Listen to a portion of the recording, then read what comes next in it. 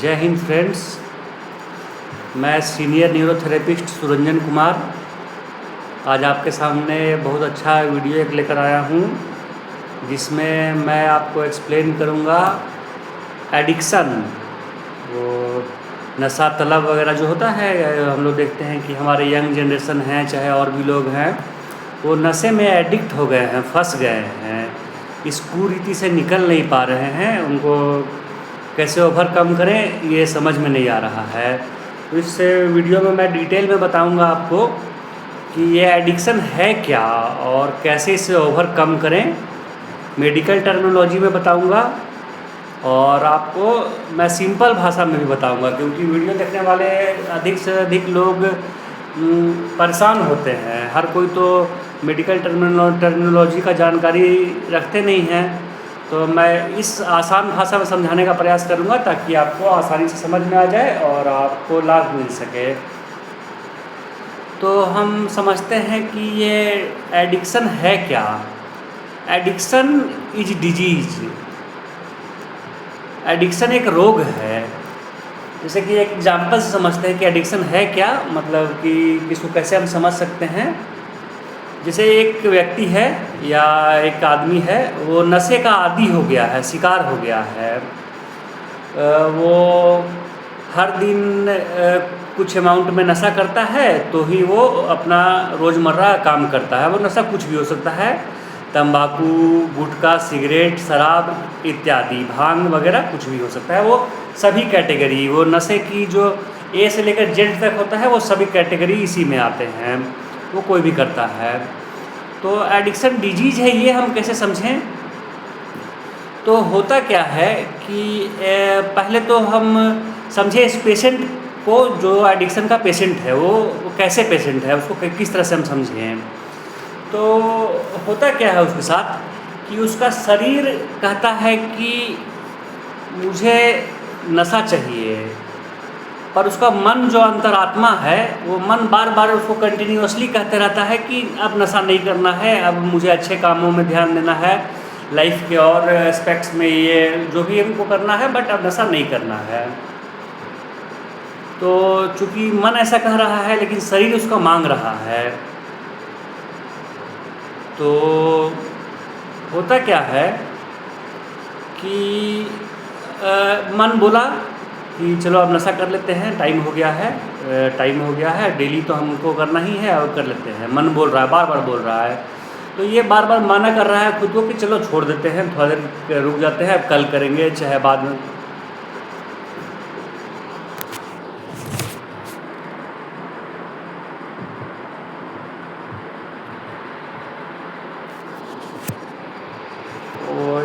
कुछ सेकंड के लिए वीडियो पॉज हो गया था।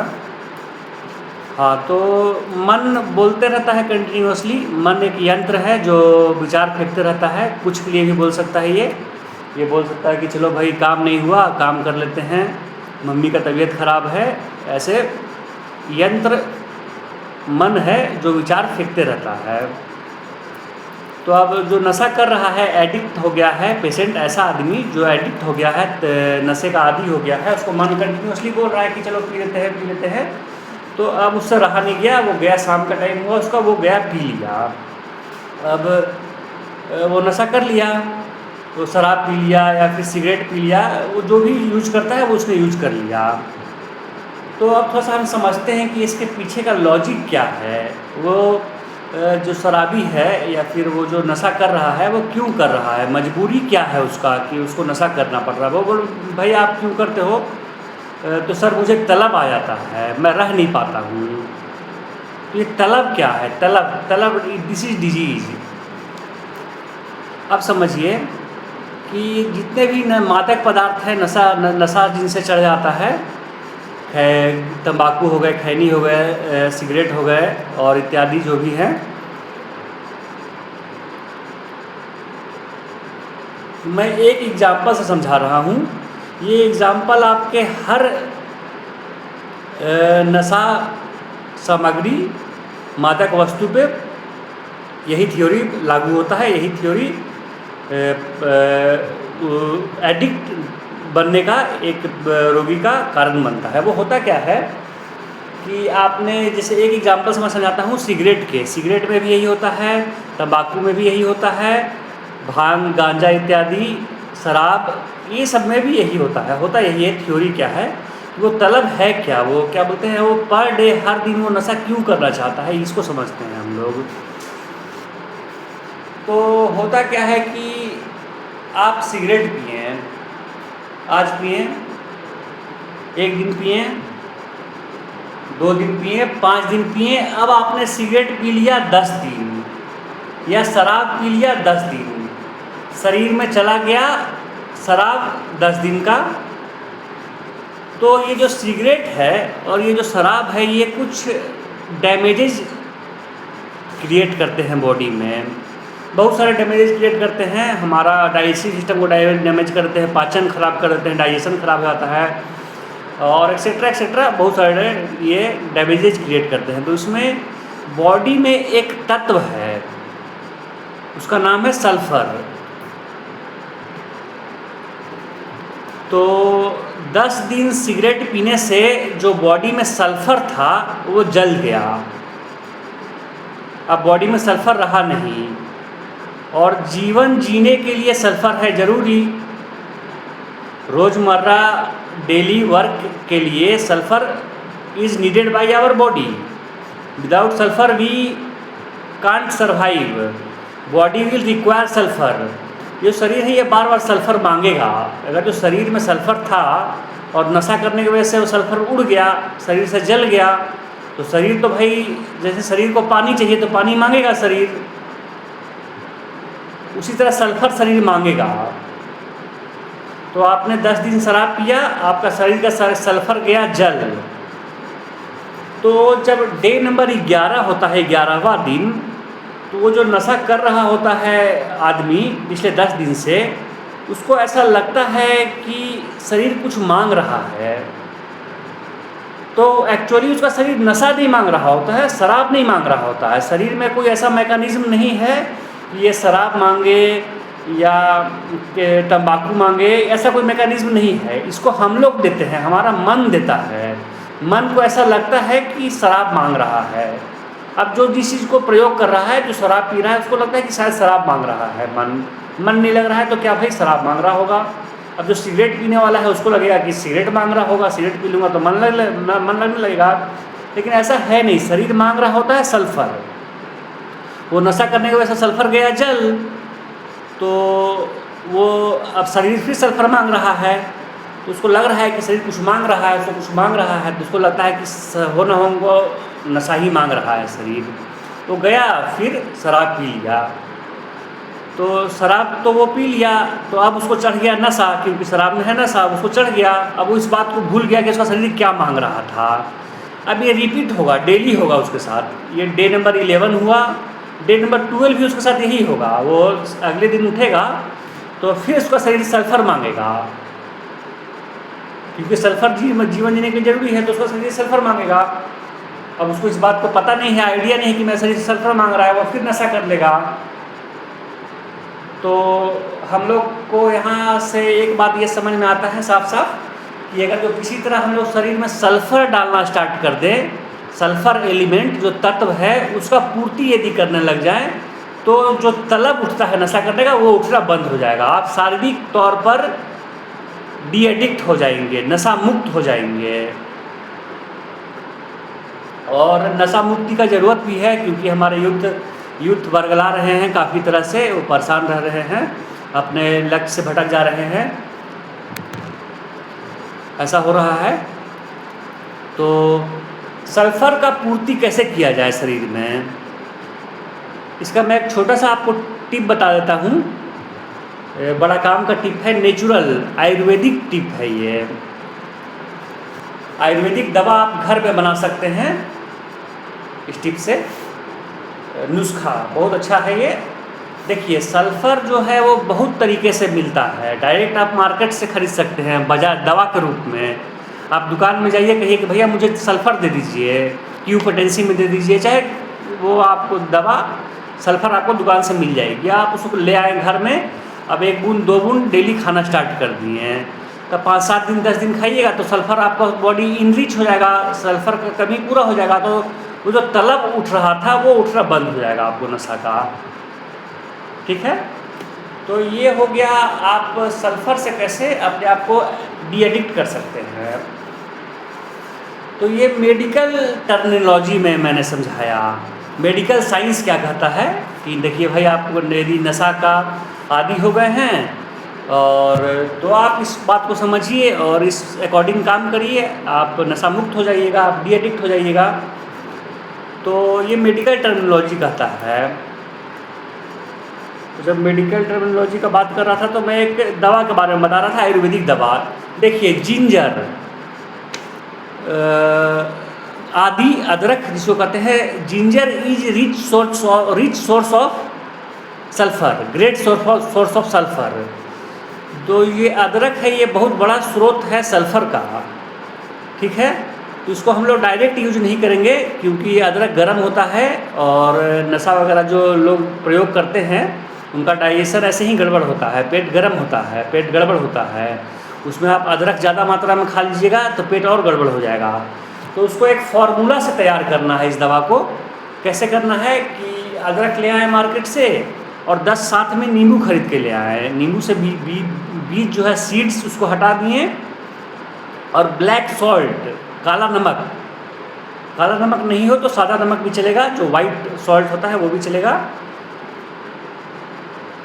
तो करना क्या है, अदरक को इतना छोटा छोटा पीस में काट लेना है, 20-25 पीस काट लिए इतना छोटा छोटा, और उसमें 5-7 नींबू डाल दिए, नींबू का रस उसमें डाल दिए और हल्का सा नमक डाल दिए उसमें, और उसको ले आकर धूप में सुखाएं। एक दिन हुआ, शाम में ले आए, दूसरा दिन फिर इस प्रोसेस को रिपीट किए, अदरक उतना ही रहेगा, उसमें थोड़ा नींबू और डाल देंगे और धूप में सुखाएं, फिर ले आएँ। फिर थर्ड डे हम लोग सेम क्रिया को रिपीट करेंगे, अदरक में नींबू डालेंगे और धूप में सुखा देंगे। तो जब 3 दिन आप इस क्रिया को कर लीजिएगा तो आपका दवा बन के हो जाएगा तैयार, और ये पेट को हर्ज भी नहीं करेगा। फिर भी इसको 1 से 2 टुकड़ा ही एक दिन में प्रयोग करना है, करिएगा, उससे ज़्यादा प्रयोग नहीं करिएगा, वो गर्म करता है थोड़ा सा। अदरक का तासीर, जो नेचर होता है अदरक का, वो गर्म होता है। ज़्यादा अदरक खा लीजिएगा तो दिक्कत करेगा। इसलिए थोड़ा सा एक थ्योरी है, कहावत है आयुर्वेदा में कि ड्यूरेशन लॉन्ग हो, लंबा हो, और पावर कम हो। जैसे कोई दवा आपको खाना है तो थोड़ा कम पावर में खाइए, लंबा समय तक खाइए, तो आपको ज़्यादा लाभ मिलेगा। तो उसी तरह उसी फार्मूला को इसको यहाँ यूज़ करना है। इसमें अदरक को ऐसा नहीं कि ढेर सारा खा लिए, 5-5, 7-7 खा रहे हैं एक दिन में, वैसा नहीं करना है। उसको 1 से 2 टैबलेट ही यूज करना है एक दिन में। तो आपको 10 से 20 दिन में सल्फर प्रयोग पर्याप्त मात्रा में बॉडी में आ जाएगा, तो आप डी एडिक्ट हो जाइएगा। तो ये तो था हमारा मेडिकल साइंस के टर्मिनोलॉजी से। तो मैं इसमें थोड़ा और डीप में जाऊंगा आज। ये जो है, इसमें इस कॉपी में मैंने लिख रखा था कि मैं इसे मिस ना कर दूं। ये हमारा स्पिरिचुअलिज्म ऑफ इंडिया, आध्यात्म, भारत का अध्यात्म से निकल कर आता है ये इलाज जो मैं बताऊंगा, और ये सटीक इलाज है। ये अभी के तो जो नशा मुक्ति के डॉक्टर्स लोग हैं वो बेसिकली साइकेट्रिस्ट लोग होते हैं। तो लेकिन जो ये मैं बात बताऊंगा अभी, आध्यात्म, स्पिरिचुअलिस्टिक फीचर जो मैं बताऊंगा अभी आपको, ये हमारा आयुर्वेदा से लिया हुआ है, जो कि सबसे प्राचीन चिकित्सा पद्धति है। आयुर्वेदा को हम और थोड़ा अच्छे से समझे तो उसको हम बेस भी कह सकते हैं। सभी चिकित्सा पद्धतियों का बेस है, आधार है।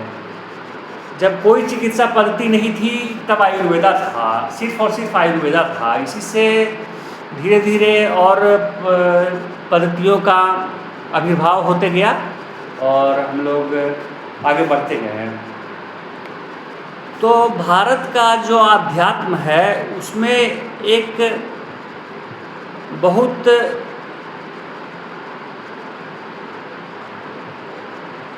कहा गया है गोल्डन बात, ठीक ना। वो बात ऐसा है कि मन ऐसा कोई भी काम, ऐसा कोई भी कृत्य जिसको करने से हमारा मन शांत हो जाता है, विचार शांत हो जाता है, उसको फन कहते हैं, मज़ा कहते हैं। ये डेफिनेशन है आध्यात्म के बेसिस पर, स्पिरिचुअलिस्टिक इंडिया। अब इसको कैसे हम समझें? इसको ऐसे समझ सकते हैं कि आप अभी ऐसे हैं बैठे हुए, आपका कोई बचपन का मित्र आ जाए और होता क्या है कि बचपन का कोई प्रेमी मित्र आ जाता है तो हमें खुशी मिलती है, फन, मज़ा, एंजॉय। तो होता क्या है कि बचपन का मित्र को देख के हमारा विचार शांत हो जाता है। विचार शांत हो जाना इज फन। विचार का शांत हो जाना ही मनुष्य को मज़े की अनुभूति कराता है। अब वो किसी भी तरीके से विचार शांत हो जाए, छोटा बच्चा खेल रहा है, खेलते खेलते उसका खेल में खो गया और उसको मन शांत हो गया तो खुश हो जाता है, ठीक है।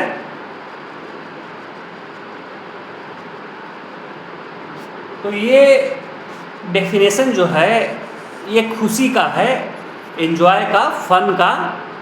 ये निकल कर आता है स्पिरिचुअलिस्टिक इंडिया, आध्यात्मिक भारत से। आध्यात्मिक भारत से मेरा कहने का मतलब है साधु समाज, संत समाज, भारत के जो हैं, जो हमारी परंपरा को विरासत में बचाए हुए हैं, वो लोग। ग्रंथों में इन सब बातों का वर्णन है। मेडिकल साइंस की किताब तो अभी उस लेवल तक नहीं पहुंच पाई है, रिसर्चें चल रहे हैं, लेकिन जिस लेवल तक हमारा भारत का अध्यात्म, साधु संत का ज्ञान पहुंचा हुआ है, अभी तो लगता है कि कुछ समय लग जाएगा वहाँ तक पहुँचने में मेडिकल साइंस और रिसर्चेस को, क्योंकि काफ़ी दूर का खोज हमारे ऋषि महर्षियों ने कर रखा था।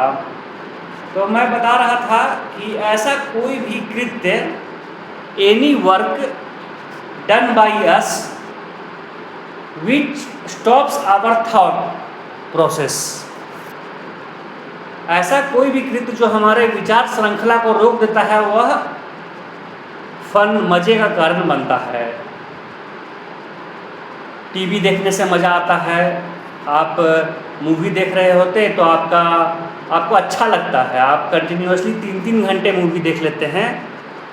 आपका मन कभी ये नहीं कहता कि चाय पी लेते हैं फिर हम मूवी देखते हैं, या पहले किताब पढ़ लेते हैं फिर मूवी देखते हैं। नहीं, वो कंटिन्यूअसली हम लोग मूवी देखते रहते हैं, क्योंकि वो जो मूवी का रील चल रहा है ना, उसमें हमारा विचार एकटक ठहर गया, समझे। उस मूवी से हमारा तादात्म्य विचार का जुड़ गया और उसी का हमको मज़ा आता है, तो हम लोग मूवी देखते हैं, दोस्तों के साथ घूमने आते हैं। तो ऐसा कोई भी काम जिसको करने से हम लोग को मज़ा आया, तो आप समझ जाइए कि आपका विचार रुका था, उसी की वजह से आपको मज़ा आया। क्योंकि मज़ा आने का, एंजॉय का थ्योरी ही यही है, प्रिंसिपल ही यही है कि आपका विचार रुकना चाहिए, शर्त ही यही है कि आपका विचार रुकना चाहिए। तो स्पिरिचुअलिस्टिक इंडिया में जब हम आए तो हम थोड़ा सा बात कर लेते हैं वेलनेस न्यूरोथेरेपी।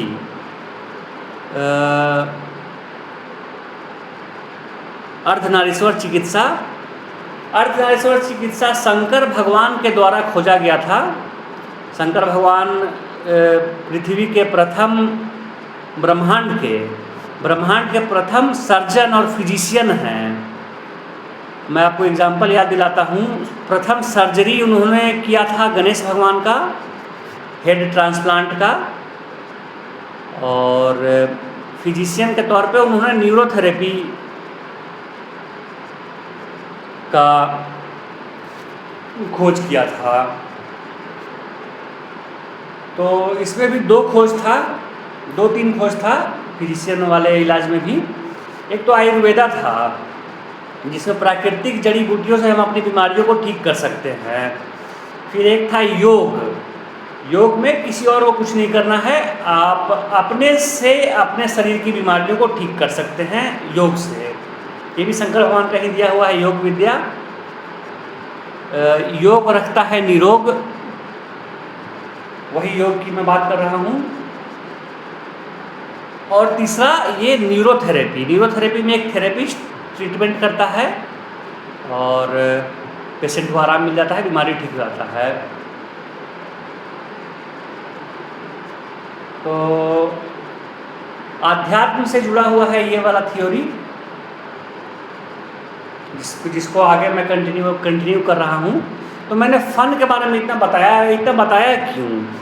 क्योंकि जो हमारे ऋषि महर्षि थे उनको सब कुछ पता था। ऐसा नहीं कि हमारे बारे में पता नहीं था, उनको हमारे बारे में पता था कि हम लोग ऐसे मनुष्य हैं, ऐसे प्रकृति के लोग हैं जो ऐसी समय पे ऐसी गलतियां कर सकते हैं, और कैसे हम उन गलतियों से बच सकें उसका निदान भी संतों ने खोज निकाला था। तो उसी से मैं बता रहा था आपको एडिक्शन का थ्योरी, नशे से कैसे मुक्ति मिले, कैसे हम नशे से मुक्त हो सकते हैं, उस थ्योरी में मैं चल रहा था। तो अब बताता हूँ, आगे चर्चा करते हैं कि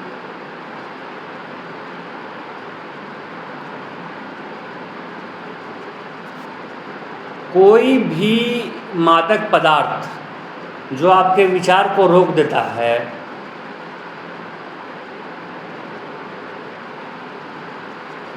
उसका आपको मज़ा आता है, तो आप उसके आदी हो जाइएगा, आप उसके एडिक्ट हो जाइएगा। तो ये जो मादक पदार्थें होती हैं, शराब हो गया, सिगरेट हो गया, तंबाकू वगैरह, ये हमारे विचार को रोक देती है कुछ समय के लिए। परमानेंट क्योर तो नहीं है, पर कुछ समय के लिए रोक देती है। जैसे एक शराबी है, वो इतना शराब यदि पी लेता है तो कुछ समय के लिए उसका थॉट प्रोसेस काम करना बंद कर देगा। जब तक उसको नशा चढ़ा रहेगा, उसको मज़ा आता रहेगा। क्यों? क्योंकि उस नशे को करने की वजह से उसका विचार रुक गया है। अब वो मज़ा बार बार वो लेना चाहता है। तो इसलिए हम लोग देखते हैं कि जो एक बार एडिक्ट हो जाता है वो जल्दी डी एडिक्ट हो नहीं पाता है।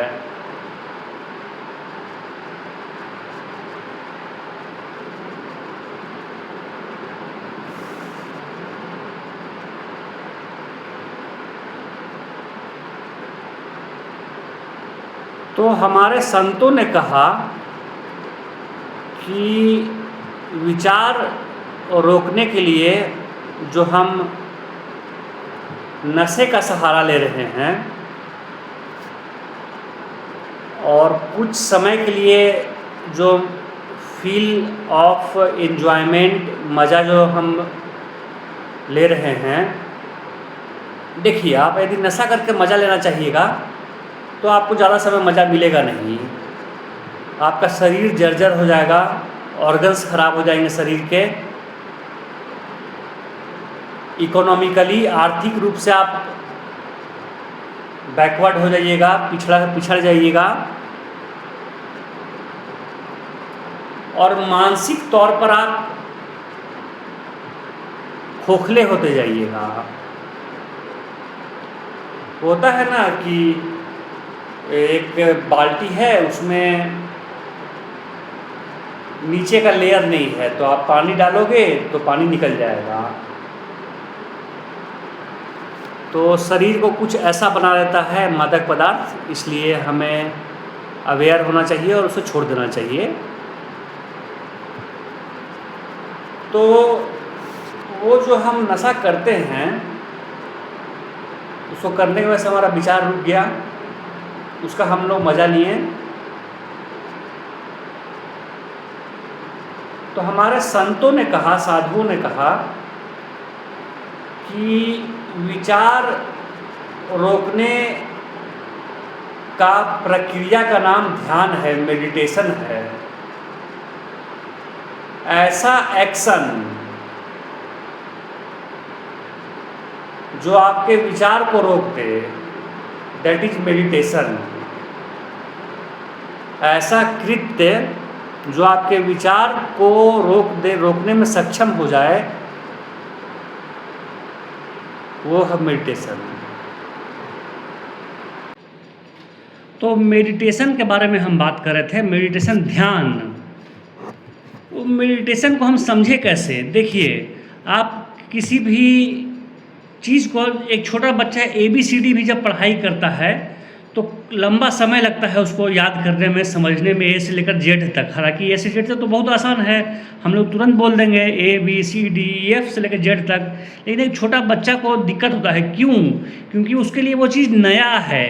उसी तरह हो सकता है मेडिटेशन मेरे व्यूअर्स के लिए अभी नया शब्द होगा, ध्यान नया शब्द है, इसलिए आप हड़बड़ाइएगा नहीं, ध्यान से सुनने का प्रयास करिएगा।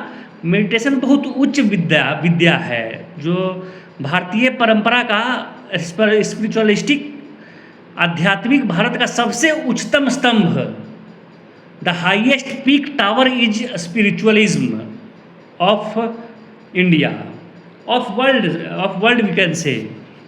क्योंकि जैसा भारत का आदमी का शरीर, वैसा ही विदेश का आदमी का शरीर तो भाई वही है, शरीर तो दूसरा है नहीं। भगवान ने शरीर एक ही बनाया है, एक स्त्री है, एक पुरुष है। तो स्त्री में तो हम लोग जानते ही हैं, ट्रांसजेंडर, तीसरा और तो कोई इससे अलावा है नहीं। तो आप समझिए कि मेडिटेशन का मतलब होता क्या है। मेडिटेशन का मतलब होता है विचार शून्यता, विचार लेसनेस, थॉट लेसनेस। तो विचार क्या है, पहले हम इसको समझते हैं। कोई भी ऐसा बात जो आपको सुनाई दे रहा है लेकिन आपका मुंह बोल नहीं रहा है, आप ही का बात है, आप सुन रहे हैं लेकिन मुंह से नहीं बोल रहे हैं। जैसे मन में कहता है ना, वीडियो हम बना रहे हैं, कोई गेट पे आया क्या, ये मन कहता है थोड़ा पानी ले आना मेरे लिए, अब चलो उठ के पानी पीते हैं। मन में कहता है थोड़ा पानी किसी से मंगा लूँ, मन कह रहा है, अंदर से आप मुंह से नहीं बोले लेकिन अंदर से कहा कि क्यों ना पानी, प्यास लग रहा है, थोड़ा पानी पी लिया जाए, किसी से मंगा लेते हैं पानी। ये मुंह नहीं कहा, फिर भी आपको सुनाई दिया, तो ये कौन कहा? मन कहा। जो अंदर बैठा हुआ मन है वो कहा कि भाई दिक्कत है, मम्मी को दिक्कत है, आप बैठ के स्टूडेंट हो, बैठ के पढ़ाई कर रहे हो, और मन में आ गया क्या, मम्मी को शुगर बीमारी है, मम्मी बहुत परेशान रहती है। अब चूंकि आप तो टेबल पे बैठ के पढ़ रहे हो, कुर्सी पे बैठे हुए हो, तो मम्मी के लिए क्या कर लोगे? कुछ नहीं कर पाओगे, सिर्फ आपका समय किल होगा, समय बर्बाद होगा। 2 घंटा आपका पढ़ना था, 20 मिनट 25 मिनट आपका दिमाग मन में यही विचार चलते रहा कि मम्मी का तबीयत खराब है, मम्मी का तबीयत खराब है। आप मम्मी का भी मदद नहीं कर पाएँ और ना ही आप पढ़ पाएँ। होता क्या है कि जब स्टूडेंट पढ़ रहा होता है, देखिए स्टूडेंट सब कोई है, स्टूडेंट सिर्फ जो कॉपी किताब पढ़ता है सिर्फ वो स्टूडेंट नहीं है। ऐसा कोई भी आदमी जो किसी तरह का नया काम, सृजनात्मक कार्य, कला कोई सीख रहा है, तो वह स्टूडेंट की कैटेगरी में आता है। ये तो भारत में अभी चल रहा है कि जो पढ़ रहा है वही स्टूडेंट है, लेकिन ऐसा बात है नहीं। हर सृजनात्मक काम को करने सीखने वाला एक विद्यार्थी ही है। डॉक्टर एक विद्यार्थी है, टीचर एक विद्यार्थी है, साइंटिस्ट एक विद्यार्थी है, ठीक है। तो आप समझिए, मैं एक स्टूडेंट का एग्जाम्पल से लेकर समझा रहा हूँ आपको कि ये मन कैसे विचार काम करता है, हम लोगों को कैसे प्रॉब्लम क्रिएट करता है मन और विचार। अब एक बच्चा है, वो इस तरह किताब लिए हुए हाथ में, अब 5 पेज पढ़ लिया, ऐसे ऐसे पढ़ रहा है, वो 5 पेज पढ़ लिया, 1 घंटा का समय गुजर गया।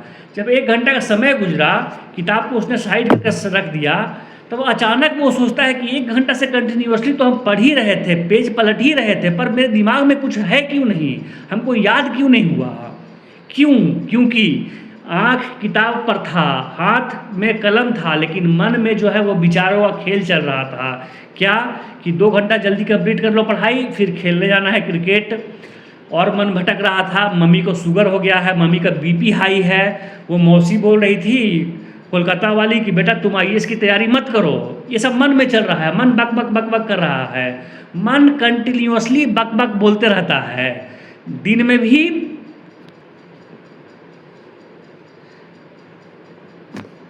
दिन के टाइम में तो बोलता ही है और रात में भी बोलता है। रात में क्या होता है कि हम सपनों में चले जाते हैं, मन हम लोगों को सपनों में लेकर चला जाता है। सपना में हम चाहे कुत्ता खा रहे हो, चिकन खा रहे हो, या दूध पी रहे हो, या अमृत का सेवन कर रहे हो, क्या आपको सामर्थ्य है कि आप सपने से वापस आ जाएं? नहीं। लेकिन परमात्मा हम लोगों को सपने से नींद तोड़ देते हैं हमारा, फिर हम उठ के बैठते हैं और खुश होते हैं कि अरे वो तो सपना था, हम कुत्ता थोड़ी कुछ कर रहे थे, हम तो गलत काम कर नहीं रहे थे, अब हम जाग गए। जैसे ही जागरण हुआ, जैसे ही आप जागे, वैसे ही आपका निद्रा मूर्छा गया।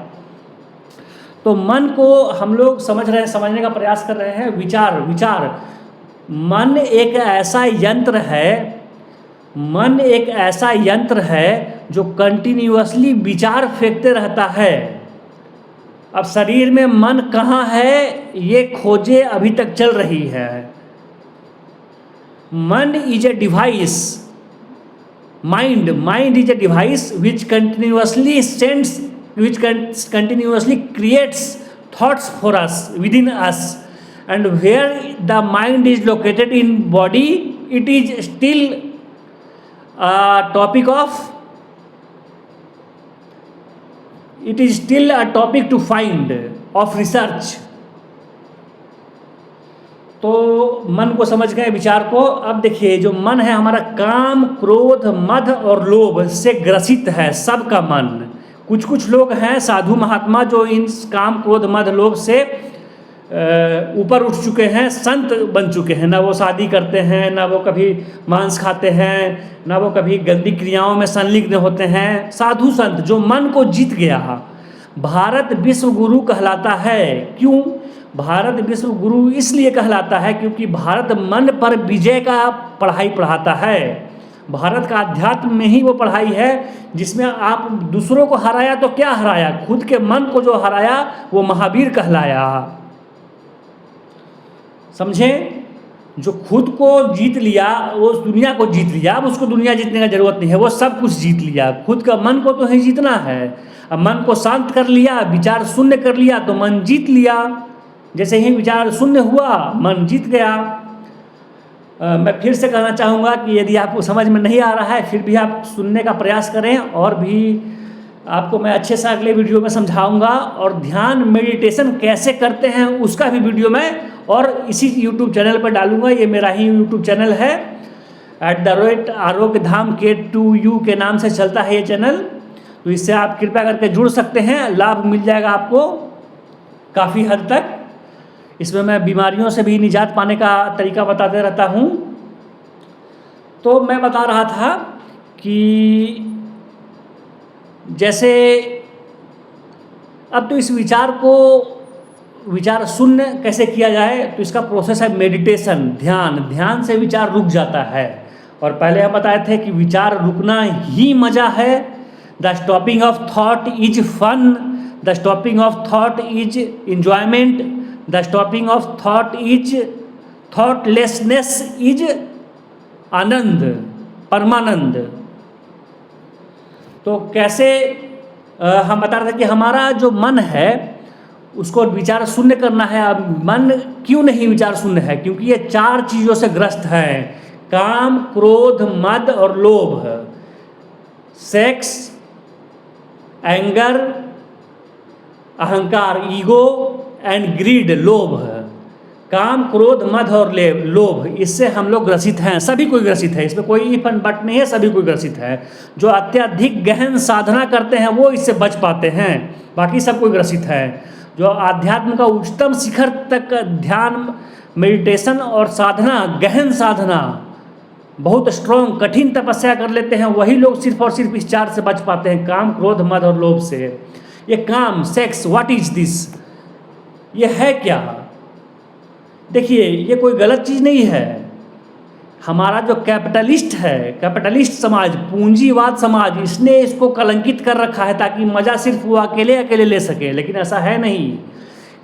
नेचर ने सेक्स को बनाया है, काम को नेचर ने बनाया है ताकि सृष्टि का फैलाव होते रहे, सृष्टि आगे बढ़े। आज हम हैं, कल हमारे बच्चे हों, बच्चों के बच्चे हों, तो ये गलत कैसे होगा? नेचर इतना बड़ा डिसीजन गलत थोड़ी लेगा। पेड़ पौधों में भी ये होता है, क्या बोलते हैं, आज एक पेड़ है, उसका बीज सीड से दूसरा पेड़ हुआ। जानवर, गाय भैंस में भी हम लोग देखते हैं, कुत्ता, बिल्ली, मछली, सब वो परमात्मा का ऐसा सिस्टम बनाया हुआ है कि हम लोग आगे की ओर बढ़े, हमारा पृथ्वी का फैलाव हो, हमारे जीव जंतुओं का फैलाव हो, उसके लिए सेक्स है।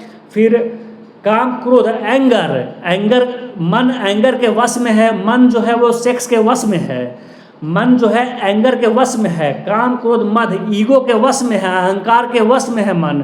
लोभ, ग्रीड, लोभ के वश में है मन। तो इन सब से मन को मुक्त करना है यदि, तो मेडिटेशन करना होगा। अब हम आते हैं फिर डी एडिक्शन की थ्योरी पर, उससे इसको लिंक करते हैं। ऐसा कोई भी कृत्य जो हमारे विचार को रोक देता हो, ऐसा कोई भी कृत्य जो हमारे विचार को रोक देता है, that is source of fun, that is source of fun नहीं, that is fun, that is fun. ऐसा कोई भी काम जो हमारे विचार श्रृंखला को धीमा कर दे, रोक दे, वो मज़ा है। तो हम लोग शराब नशा करके विचार को रोक लेते हैं, रोकने का प्रयास करते हैं, हालांकि पूरी तरह तो रुकता नहीं है। वो पूरी तरह कैसे रुकेगा? जितना देर असर रहेगा उसका, उतना देर विचार रुका हुआ रहेगा, फिर वही हाल का वही हाल हो जाएगा, आपका शरीर अलग जर्जर हो जाएगा, पैसे की हानि होगी आपकी। ठीक है, तो मेडिटेशन करिएगा तो आपका शरीर स्वास्थ्य निकलेगा, विचार रुक जाएगा। तो होगा क्या, जब आप विचार मेडिटेशन करने लगिएगा, ध्यान करने लगिएगा, तो आपका मन का शांति बढ़ेगा। जैसे जैसे मन का शांति बढ़ेगा, मन का, शरीर का और मन का मज़ा बढ़ेगा। तो जो नशा करके मज़ा आदमी लेना चाह रहा था, वो अगर जो ध्यान करने लगा तो ज़्यादा मज़ा मिलने लगेगा। तो आप ही बताइए, कोई 100 का नोट लेगा कि 500 का नोट लेगा? सब कोई 500 का नोट लेगा, ज़्यादा मज़ा लेगा। तो मेडिटेशन अगर जो कंटिन्यूअसली करने लगे कोई आदमी, बहुत कम समय में, 15-20 दिन, महीने भर, 2 महीने में सिर्फ सदा के लिए वो आदमी नशा मुक्त हो जाएगा, डी एडिक्ट हो जाएगा। सिर्फ नशा मुक्त ही नहीं होगा, काम, क्रोध, मद और लोभ को भी वो अपने पकड़ में लेना चालू कर देगा। उसको ये आज्ञा देने लगेगा, आदमी आज्ञा देने लगेगा कि नहीं, this is not correct time, ये मेरे मेहनत करने का समय है, ये मेरे काम करने का समय है, मैं फंसूंगा नहीं, मैं लोभ नहीं करूंगा। तो मेडिटेशन को मैंने समझाया। और यदि आप डी एडिक्ट होना चाहते हैं तो मेडिटेशन को गहराई से लीजिए, गंभीरता से लीजिए। ठीक है, इसके साथ वीडियो एंड कर रहे हैं। जय हिंद की सेना है हम। जय हिंद फ्रेंड्स। हमारा मिशन स्वस्थ भारत, समृद्ध भारत और खुश भारत। जय हिंद फ्रेंड्स।